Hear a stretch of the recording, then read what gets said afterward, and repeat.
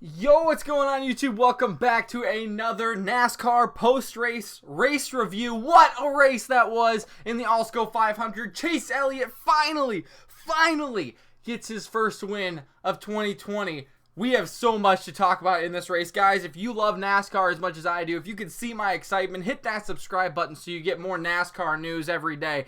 This is great. So, what a race that was. Every single race this year has been absolutely fantastic. This one, no doubt in my mind, could have been the best one just because of the heartache that was on the line here. So Chase Elliott, of course, like I mentioned, gets the first win of the season for him. And you know, he could have 3, maybe even 4 wins by now. We already talked about it on Sunday where he pitted with 2 laps to go.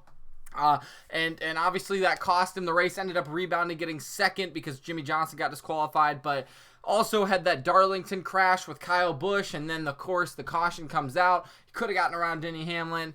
Could have had those 2 wins also before the break because of COVID. You know, he was running really well, and he finally gets his win tonight. Locked into the chase. Get it, Chase Elliott. I'm sorry, but what a good race it was, and we're gonna break it all down here. What a race it was. And did you see Michael McDowell spun across the line? Oh, man, I got something to say about that. So let's start in stage 3, and we'll work ourselves backwards here. But, you know, Michael McDowell spinning across the line as the checkered flag is coming out. That is just a storybook ending, because if you couldn't tell, Chase Elliott was booking it the entire time. I mean, you saw Kevin Harvick. We'll talk about him in a second, but you saw him fading. Blaney was losing ground. Denny Hamlin was catching up, but they were still losing ground to Chase Elliott. He wanted to get this race done as soon as possible. He did not want to see a caution. He did not want to see anything but that white flag, and of course the checkered flag, but wow, he was booking it the entire time. And there was questions, you know, are these guys going to be able to run on fuel? Are these guys going to, you know, have their tires? Are they going to last this long? And, you know, Blaney was right on the edge. Chase Elliott was right on the edge. Harvick was a lap short. And, you know, that played a factor into a lot of this, hey, go, pause a little bit. Take it back a second. You know, I'm sure Elliott didn't even hear what he said, what Alan Gustafson said. He had the pedal to the floor pretty much the entire last stage. He was like, I gotta go get this race done with. But, you know, that played a big factor in, I'm sure, to Kevin Harvick. Of course, his handling and his car just went away, and that was huge. But Chase Elliott had a strong car all night, and I don't know what else to say. He looked good. I mean, did he not look good? Didn't have pretty much any problems all night. Of course, we saw Bowman, who was a contender for sure. He's been a contender almost every week. He's been taking out Kyle Busch. Got 4 wide. We'll talk about that a little bit too. 4 wide. Ended up going a couple laps down. Couldn't recover. Byron got into it early. Keselowski got into it early. Jimmy had some problems. I mean, all these guys. Truex had some problems. All these guys who are really good and have been good this year just couldn't get it done. And then you've got some surprises, you know, like Austin Dillon, Kurt Busch up there, Ricky Stenhouse. I mean, these guys had some really good finishes. So that last stage, though, really, really great. I want to know what you guys think about this race. Like I said, I think this could have been a contender for the best race. I'm a Chase Elliott fan, by the way, so obviously I'm a little excited. But, you know, for all that he's been through to get redemption, finally getting his first win, that was super exciting. Of course, the Coke 600 was really good too. And I mean, every race has been good, but I want to know what you guys think down in the comments. So let's take a big breath here, and let's start from the beginning. Of course, we'll cover that stage 3 stuff again, but stage 1, caution on the first lap. I mean, I thought this was going to be an aggressive race. It really was. I mentioned it all week. I've said, you know, this is 12 miles, 208 laps, and it's going to be constant aggression. You know, people are going to be passing each other this entire race, and that's what we saw. I mean, a lot of single file, but these guys were running different setups. They had different tires. They had different strategies, so they were passing a lot of guys. Joey Logano ends up staying out on a lot of different strategy calls in that first stage. Ended up staying out, got the stage win. It's exactly what we saw in stage 3 in the Coke 600, where he stayed out and got the win.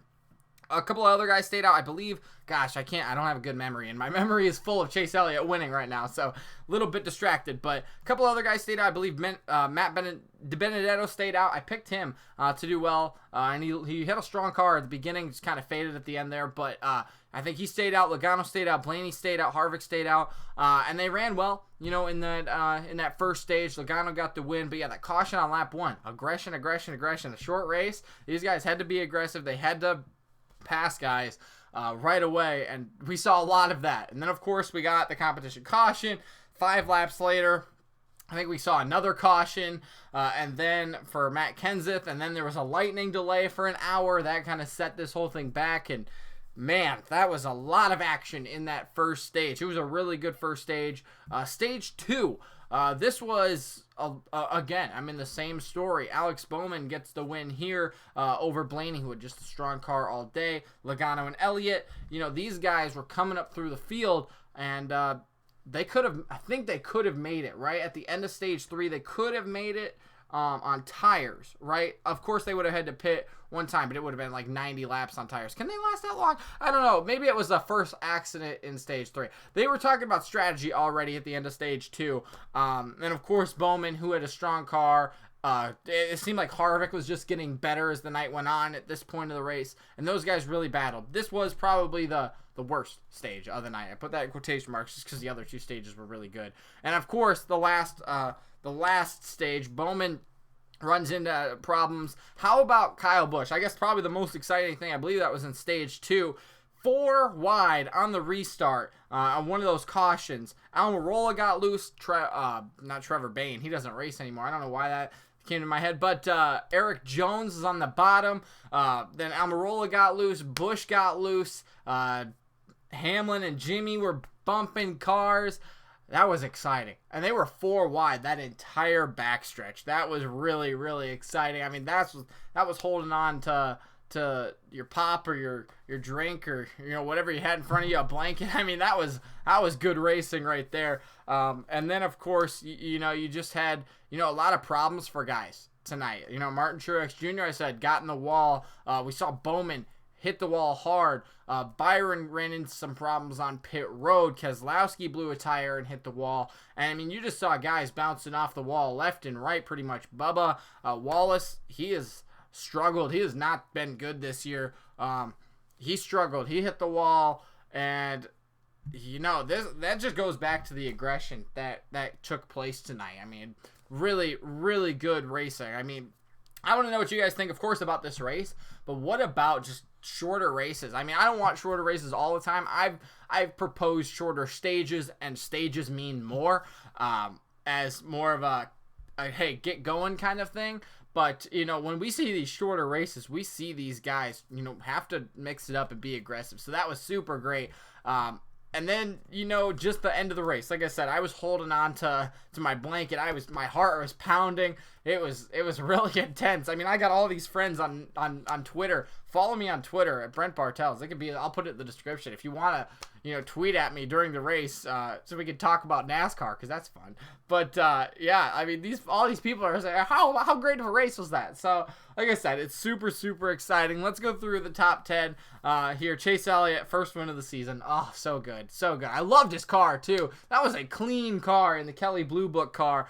Woo! I'm gonna have to get that car. I have a bunch of little die casts. They're in the blue tub over there. But man, I'm gonna have to get that one. That was a sharp looking car. Denny Hamlin, who had problems all night. He rebounded really well, and got second. So good for him. He's had a strong car all year as well. He's always up there. Ryan Blaney looked like he was going to be a contender. He sucked at the beginning of the year. No way to put around that. But he got third. Good job for him. And how about Ricky Stenhouse? Holding on, getting fourth. He was very aggressive all race, going 3 wide, on the top, on the bottom. He looked like Kyle Busch in the trucks. But, man, he had a good day. And he really sucked the last couple of weeks. Crashing on the first lap when NASCAR came back at Darlington. Didn't finish well at Darlington in the second race either. Good job for him to get fourth. Then Kurt Busch in fifth. He didn't really look like he had a great car all day. He was just kind of there. And he always beat Chase Elliott off of pit road by that much. I swear. Go back and watch that. But, yeah, he was there all day. solid top 5. Guess you can't really ask for more. Logano kind of fell back a little bit. You didn't really hear about him much in the second and third stage, but he gets 6th. Keselowski battles back after blowing a tire right before that lightning storm. Finishes 7th. Austin Dillon a good run in 8th. Truex battled back, who started 15th, kind of mid-pack all day.